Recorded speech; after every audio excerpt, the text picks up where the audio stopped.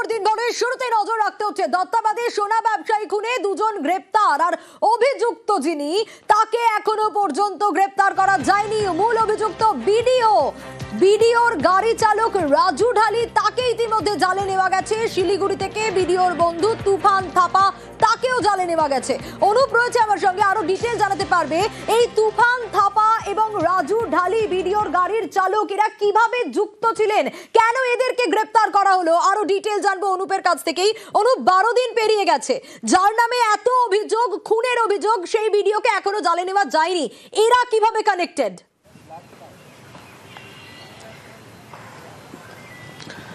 তো স্বর্ণ ব্যবসায়ী যে খুনের ঘটনা, সেই খুনের ঘটনায় কিন্তু ইতিমধ্যেই যে দুজনকে গ্রেপ্তার করা হয়েছে তারা কিন্তু পরোক্ষভাবে জড়িত। তার কারণ ভিডিও তারা কিন্তু একেবারে সহযোগী ছিল। একজন গাড়ির চালক রাজু ঢালি, যাকে রাজারহাট এলাকা থেকে গ্রেপ্তার করা হয়েছে।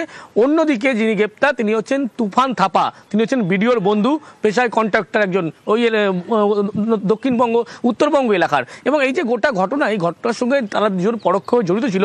যেদিন অপহরণের ঘটনা ঘটে সেদিনকে মূলত এই দুজন পরোক্ষভাবে তার সঙ্গে ছিল।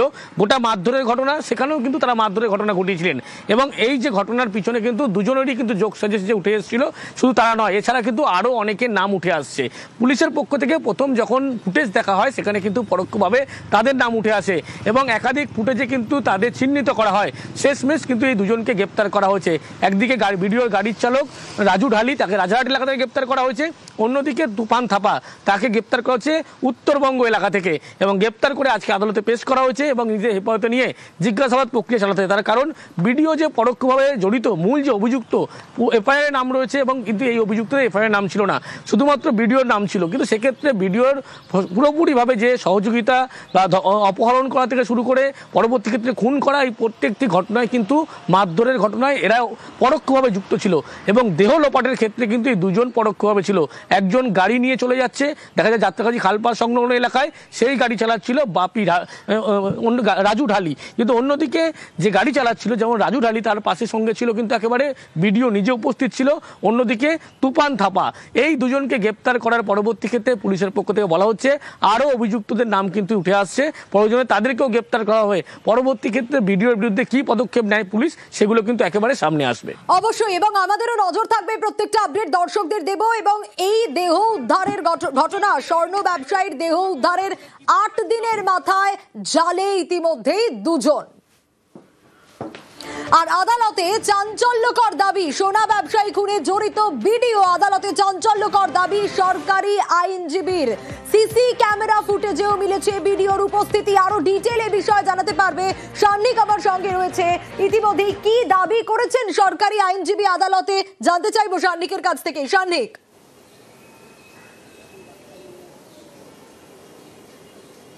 শুনিয়ে অবশ্যই অত্যন্ত চাঞ্চল্যকর দাবি, কেননা সরকারি আইনজীবী এবং যিনি তদন্তকারী অফিসার, তাদের বক্তব্য যখন তারা আদালতে যখন বিচারকের সামনে রাখছিলেন, সেই সময় তারা কিন্তু স্পষ্টতই জানান যে ভিডিও ফুটেজগুলি মিলেছে, সেই ভিডিও ফুটেজে ভিডিওর উপস্থিতির প্রমাণও যেমন মিলেছে, ঠিক তার পাশাপাশি যাদেরকে যে অভিযুক্তদের ইতিমধ্যেই গ্রেফতার করা হয়েছে তাদেরও উপস্থিতি সেখানে মিলেছে।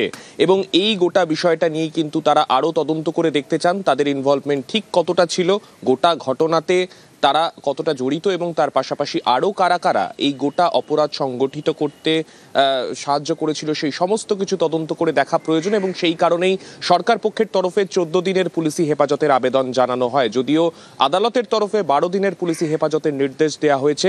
এখন এই বিষয়টাই দেখার যে এই তদন্ত যত এগোবে সেক্ষেত্রে এই দুজনের মারফত আর কার কার হদিশ এক্ষেত্রে পুলিশ পায়। কেননা আমরা জানি এক্ষেত্রে একদিকে যেমন রাজু ঢালি, যার গাড়িতে করে কলকাতা আসলে এই ভিডিও চড়তেন, তাকেও আমরা জানি ইকো পার্কের পেছন থেকে গ্রেফতার করা হয়েছে। এবং যে তুফান থাপা, তাকে শিলিগুড়ি বাস স্ট্যান্ড এলাকা থেকে গ্রেফতার করা হয়েছে।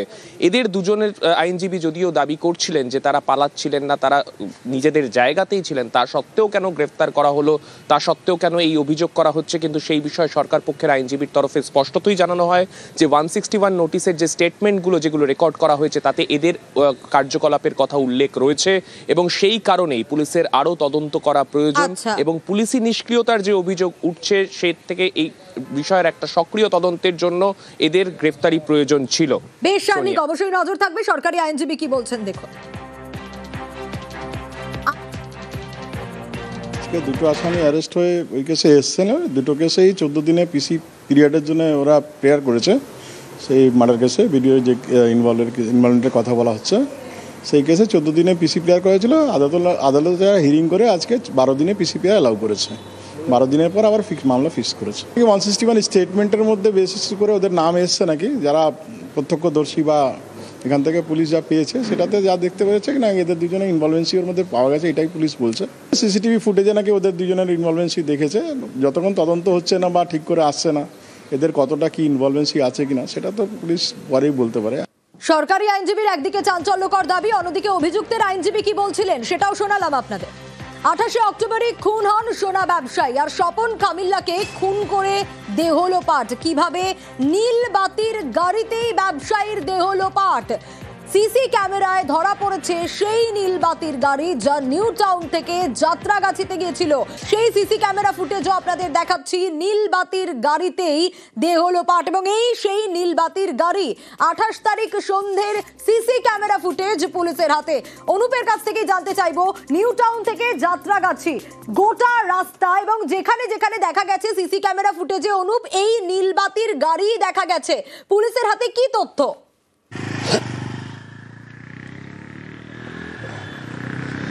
তবে পুলিশের হাতে কিন্তু একাধিক সিসিটিভি ফুটেজ রয়েছে। তার কারণ এই হিসাবে কিন্তু পুলিশের পক্ষ থেকে মূল হাতিয়ার করা হচ্ছে সিসি ক্যামেরার ফুটেজ। তার কারণে ইতিমধ্যেই দেখা গেছে শুধুমাত্র ভিডিওর যে অপহরণ করার মুহূর্ত থেকে শুরু করে নিউ টাউনের রাস্তা ধরে একেবারে নিউ টাউনে এবি ব্লকের ফ্ল্যাটে আসা, কিন্তু অন্যদিকে তার পরবর্তীতে লক্ষ্য করা গেল যে ঠিক 8টা 15 নাগাদ কিন্তু একেবারে এই যে ফ্ল্যাট এবি ব্লকের ফ্ল্যাট থেকে যখন স্বর্ণ ব্যবসায়ী সংজ্ঞাহীন হয়ে পড়ে, জ্ঞান হারায়, এবং তখন তাকে কিন্তু একেবারে চ্যাংদোলা করে রীতিমতো টেনে হিঁচড়ে গাড়িতে তোলা হচ্ছে।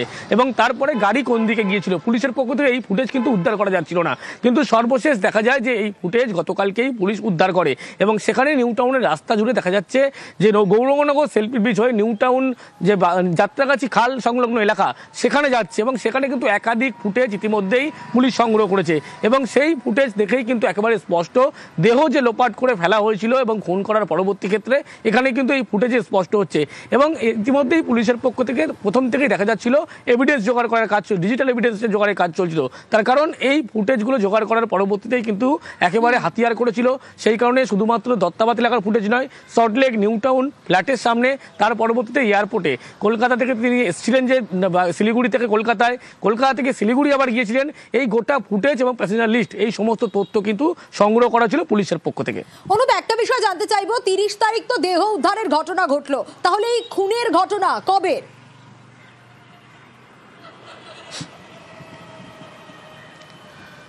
দেখো 28 তারিখ যে ঘটনা ঘটেছিল অপহরণ করার পরবর্তী ক্ষেত্র থেকে শুরু করে সেদিনকেই রাতে যে মারধরের ঘটনা ঘটেছিল সেদিনকেই কিন্তু এই গোটা খুনের ঘটনা ঘটেছিল।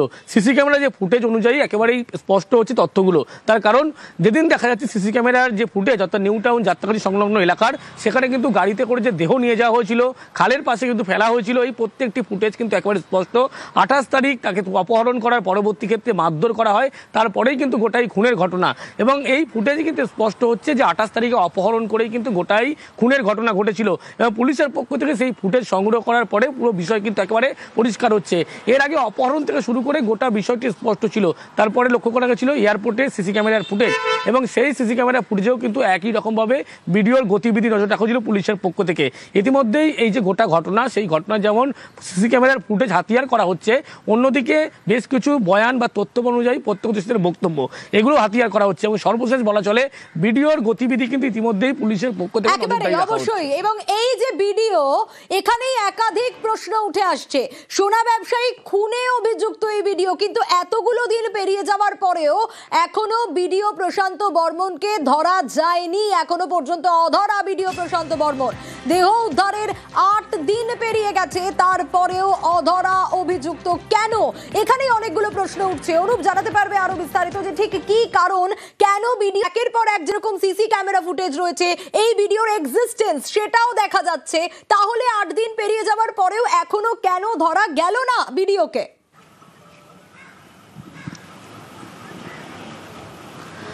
দেখো, অভিযুক্ত ভিডিওকে গ্রেপ্তার না করার এখনো পর্যন্ত পুলিশ কারণ হিসাবে দেখাচ্ছে যে তারা কিন্তু ডিজিটাল এভিডেন্স জোগাড় করেছিল, সেই অনুযায়ী কিন্তু একাধিক তথ্য প্রমাণ পেয়েছিল, প্রত্যক্ষদর্শীর বক্তব্য বয়ান রেকর্ড করেছিল। কিন্তু পরবর্তী ক্ষেত্রে লক্ষ্য করা যাচ্ছে ভিডিওর পক্ষ থেকে কিন্তু বেশ কিছু অভিযোগ বারবার অস্বীকার করা হয়েছিল। কিন্তু ভিডিও যে কলকাতায় ছিলেন এবং ভিডিও যে গোটা ঘটনার সঙ্গে যুক্ত, এই সমস্ত এভিডেন্স একেবারে পরিষ্কার। পুলিশের পক্ষ থেকে তারা কিন্তু এভিডেন্স জোগাড় করছে, পরবর্তী ক্ষেত্রে ভিডিওর বিরুদ্ধে পদক্ষেপ তারা নেবে এমনটাও বলা হচ্ছে। তার কারণ বলা হচ্ছে যে এই ঘটনায় যারা যুক্ত ছিল তাদেরকে আগে গ্রেপ্তার করা হচ্ছে এবং গ্রেপ্তারের পরবর্তী ক্ষেত্রে জিজ্ঞাসাবাদে গোটা যে ঘটনা ঘটেছিল সেই ঘটনার কিন্তু একেবারে পুনরাবৃত্তি, পুলিশ কি ঘটেছিল, সেখানে কবে অপহরণ করা হয়েছিল, কিভাবে খুন করা হয়েছিল এবং তাদের থেকে জিজ্ঞাসাবাদে জানতে চায় এবং তারপরেই এখনও কিন্তু গ্রেপ্তারের সংখ্যা বাড়বে এমনটাই বিধাননগর পুলিশের পক্ষ থেকে স্পষ্ট করা হচ্ছে। তারপরে ভিডিওকে গ্রেপ্তারের পরবর্তী পদক্ষেপ তারা কী করবে সে ব্যাপারে স্পষ্ট হবে। কিন্তু এই যে গোটা ঘটনা, সেই ঘটনায় কিন্তু বেশ কিছু প্রশ্ন উঠছে। তাহলে একাধিক প্রশ্ন হচ্ছে, ভিডিওকে কি আড়াল করার জন্য এই চুনোপুটিদের গ্রেপ্তার করা হচ্ছে? কিন্তু পুলিশের পক্ষ থেকে বলা হচ্ছে এমন কোনো ঘটনা নয়, যেহেতু একাধিক ডিজিটাল এভিডেন্স তারা জোগাড় করেছে, প্রত্যক্ষদর্শীর বক্তব্য তাদের কাছে আছে, বয়ান আছে এবং সেই অনুসারে কিন্তু যে অভিযুক্ত চিহ্নিত করতে পেরেছে তাদেরকে গ্রেপ্তার করার পরবর্তী ক্ষেত্রে তারা ভিডিওর বিরুদ্ধে কিন্তু পদক্ষেপ কি নেয় সেই বিষয়গুলো কিন্তু একেবারে সামনে আনবে। বেশ,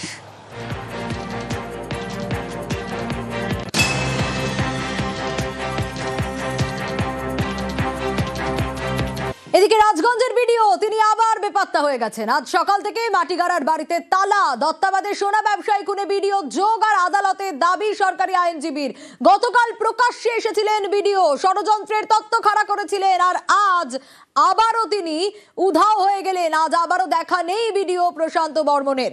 বিশ্বজিৎ রয়েছে আমার সঙ্গে, বিশ্বজিতের কাছ থেকে জানতে পারবো। বিশ্বজিৎ, এই ঘটনা ঘটেছিল, শুরুতে আমরা দেখেছিলাম যে সাংবাদিকের সঙ্গে ব্যবহার, তার খারাপ ব্যবহার, তারপর তিনি দুদিনের জন্য আবার উধাও হয়ে গিয়েছিলেন। গতকাল কমিশনের বৈঠক ছিল, সেখানে দেখা গেল ভিডিও এলেন, আজ আবার বেপাত্তা। দেখো, একেবারেই বেপাত্তা তিনি, কারণ মাটিগাড়ার এই ইউনিভার্সিটি এভিনিউ রোড, যেখানেই কিন্তু এই ভিডিও প্রশান্ত বর্মনের বাড়ি রয়েছে।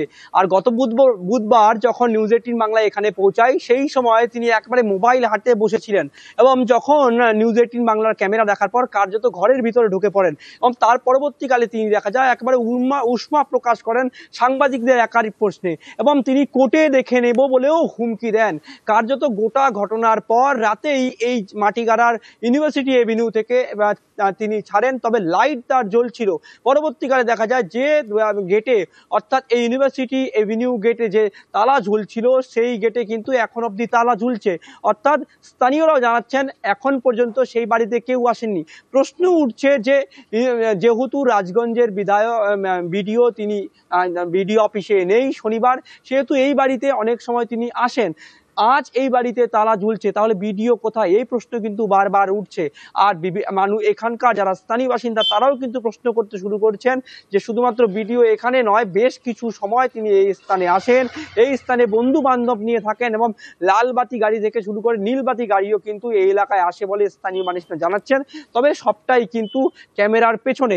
তবে ভিডিওকে দেখা যাচ্ছে গত বুধবার দেখার পর আজ কিন্তু দেখা মেলেনি, একেবারে তালা ঝুলছে এই একেবারে। অবশ্যই আমাদের নজর থাকবে। আর ভিডিওর বিরুদ্ধে একের পর এক চাঞ্চল্যকর অভিযোগ তো রয়েছে, কিন্তু জোরালো তথ্য প্রমাণও রয়েছে। ভিডিও কিন্তু কিছুই মানতে নারাজ, তার মুখে শুধুই বারবার ষড়যন্ত্রের তত্ত্ব আর চক্রান্তের কথা।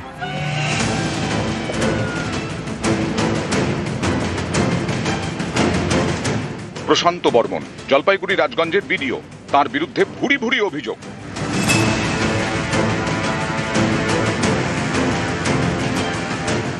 অভিযোগ 28 অক্টোবর সোনা ব্যবসায়ী স্বপন কামিল্লাকে সল্টলেকের দত্তাবাদ থেকে অপহরণ করেন রাজগঞ্জের ভিডিও, তুলে নিয়ে যান নিউ টাউনের বহুতলে। আমাকে নিয়ে এসে নামিয়েছে, আমি সবে নেমেছি, তখন হঠাৎ উনি বললো যে বেরিয়ে এসে ঘর থেকে ওনাকে দিয়ে আসো, ড্রাইভার বলছে। ওনাকে কোন জায়গা নিয়ে গেল? ও ভেতরে ঢুকিয়ে দিল, এরকম ঘরে ঢুকিনি। 30 অক্টোবর নিউ টাউনের যাত্রাগাছি থেকে ব্যবসায়ীর ক্ষতবিক্ষত দেহ উদ্ধার। তদন্তে নেমে পুলিশ জানতে পেরেছে দিন 10 আগে 20 অক্টোবর কলকাতায় আসেন রাজগঞ্জের ভিডিও প্রশান্ত বর্মন, বাগডোগরা থেকে ইন্ডিগোর বিমানে।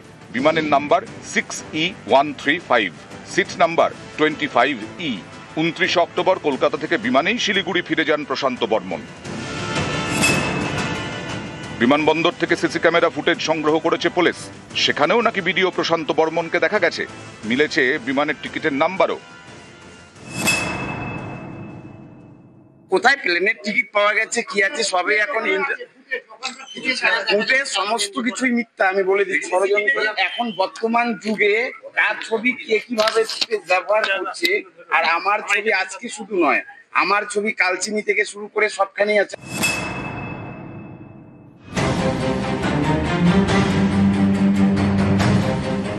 28 অক্টোবর অপহরণ, 30 অক্টোবর সোনা ব্যবসায়ীর দেহ উদ্ধার হয়। খুনের অভিযোগ বিডিও প্রশান্ত বর্মনের বিরুদ্ধে। আমি কিভাবে চিনব স্বপন কামিল্লাকে বলুন, আর আমার চেনার কি দরকারই আছে? আপনি কলকাতায় এসেছিলেন কবে? আমি কলকাতা গিয়েছিলাম অনেকদিন আগে। মানে 27, 28 অক্টোবর আপনি কোথায় ছিলেন? আমি কলকাতায় যাইনি, 27, 28 কলকাতায় যাই। সোনা ব্যবসায়ীর ক্ষতবিক্ষত দেহ উদ্ধার। 1 নভেম্বর ব্যবসায়ীর পরিবার বিধাননগর দক্ষিণ থানায় লিখিত অভিযোগ জানায়, যার ভিত্তিতে এফআইআর হয়েছে। নিহত ব্যবসায়ীর পরিবারের অভিযোগের ভিত্তিতে খুনের মামলা হয়েছে বিডিওর বিরুদ্ধে। 23 তারিখ কলকাতা যান দোকান খোলার জন্য, হঠাৎ 2-3টা গাড়ি আসি আমার স্বামীকে তুলে নিয়ে যান। আমার মনে হয় প্রশান্ত বর্মা নামে লোকটা আমার স্বামীকে সেইও খুন করে মেরে দিয়েছে, তুলে নিয়ে গেছে। অভিযোগ করেছেন থানায়? হ্যাঁ, একটা এফআইআর করেছেন মনে হচ্ছে প্রশান্ত বর্মন ভিডিও। এটার থেকেই বোঝা যাচ্ছে যে এখানে চক্রান্তকারী ষড়যন্ত্র আছে। সোনা ব্যবসায়ী স্বপন কামিল্লার বাড়ি পশ্চিম মেদিনীপুরের দাঁতনে। অভিযোগ, গত অগাস্টে সেখানে যান রাজগঞ্জের বিডিও প্রশান্ত বর্মন। সেই ভিডিও তোলে স্বপনের পরিবার। আমি দাঁতনে কেন যাব? সবই তো ষড়যন্ত্র। বিডিওর বাড়ি থেকে নাকি সোনা চুরি হয়, সেই সোনা নাকি পান স্বপন কামিল্লা।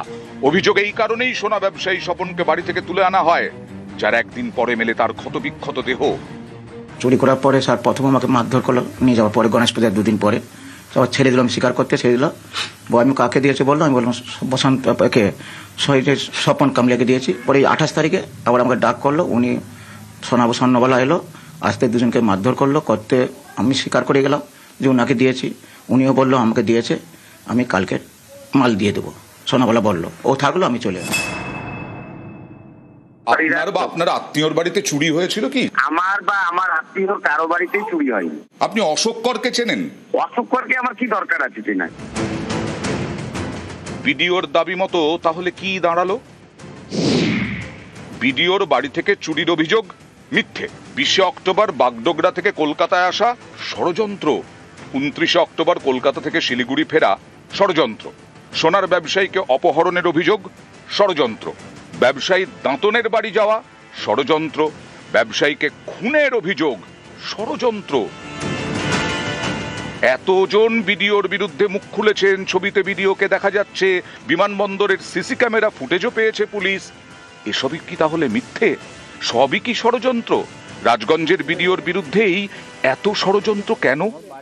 এটা হচ্ছে একটা বড় মাপের ষড়যন্ত্র চলছে, কিভাবে দাবাং থেকে মাটিতে শোয়ানো যায় সেটাই একটা চক্রান্তকারীরা চক্রান্ত করে যাচ্ছে। চক্রান্তকারীদের চক্রান্ত থাকবে না, দাবাংই থাকবে। রাজনৈতিক না কি চক্রান্তকারীদের আমি খবর পেয়েছি, আমিও দেখে নেব। নিউজ 18 বাংলা। সল্টলেকের সোনা ব্যবসায়ীর দেহ উদ্ধার নিউ টাউনে। খুনের অভিযোগ জলপাইগুড়ির রাজগঞ্জের বিডিওর বিরুদ্ধে। এই ঘটনায় প্রশ্নে পুলিশের ভূমিকা। নিহতের পরিবার জানতে চায়, এতদিনেও কেন অভিযুক্ত বিডিওকে গ্রেপ্তার করলো না পুলিশ।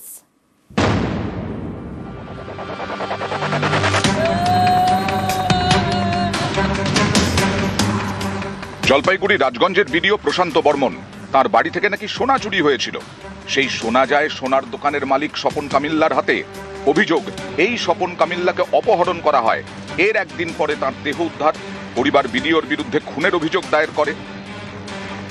23 তারিখ কলকাতা যান দোকান খোলার জন্য, হঠাৎ 2-3টা গাড়ি আসি আমার স্বামীকে তুলে নিয়ে যান। আমার মনে হয় প্রশান্ত বর্মা নামে লোকটা আমার স্বামীকে সেইও খুন করে মেরে দিয়েছে, তুলে নিয়ে গেছে। অভিযোগ করেছেন থানায়? হ্যাঁ। আমার কোনো সোনা চুরি হয়নি, আমার কোনো বাড়ি নেই, এবং আমি সেই স্বর্ণ ব্যবসায়ীকেও চিনি না, চোরকেও চিনি। আরে ভিডিও, আপনি সত্যতা ভিডিও যাচাই করে দেখুন।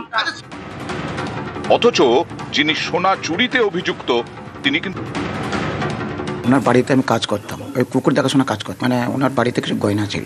এবারে আমি নেশার ঘরে মানে মদ খেয়েছিলাম, ওনার মালগুলো বার করে স্বপন কামলিয়াকে আমি দিয়েছি। তারপরে যখন ওনাদের গণেশ পূজা হয়েছিল তখন ওনাদের গয়নাটা খুঁজাখুঁজি চলে, তখন স্যার আমাকে ডাকে, তখন আমি স্বীকার করেছি স্যার গয়না আমি নিয়েছি। আমার তখন মারধর করেছিল, কাকে দিয়েছিস না আমি স্বপন কামলিয়া বাসন্তী জুয়েলার্সে দিয়েছি।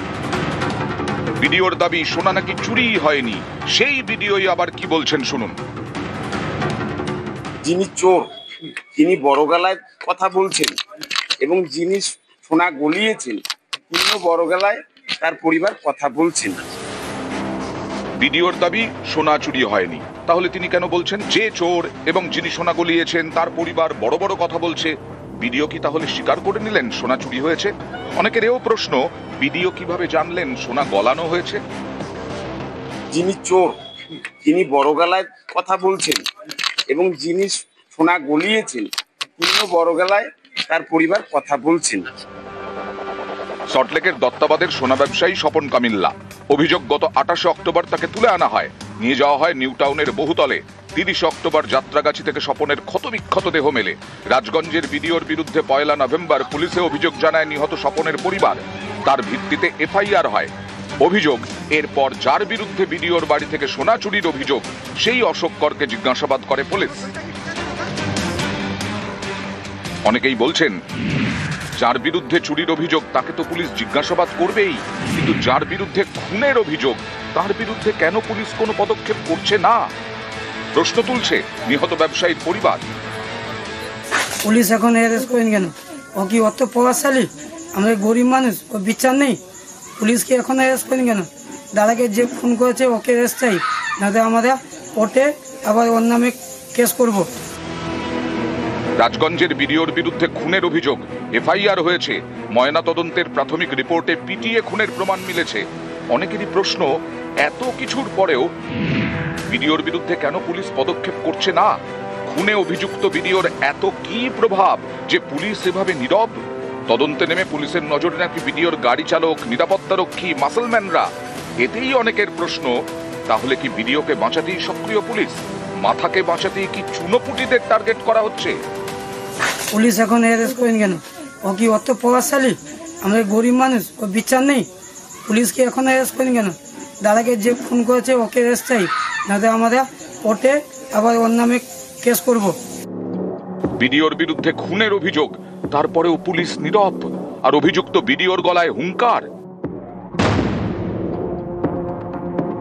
দাবাং থেকে মাটিতে শোয়ানো যায় সেটারই একটা চক্রান্তকারীরা চক্রান্ত করে যাচ্ছে। চক্রান্তকারীদের চক্রান্ত থাকবে না, দাবাং দাবাংই থাকবে। রাজনৈতিক নাকি চক্রান্তকারীদের আমি খবর পেয়েছি, আমিও দেখে নেব। নিউজ 18 বাংলা।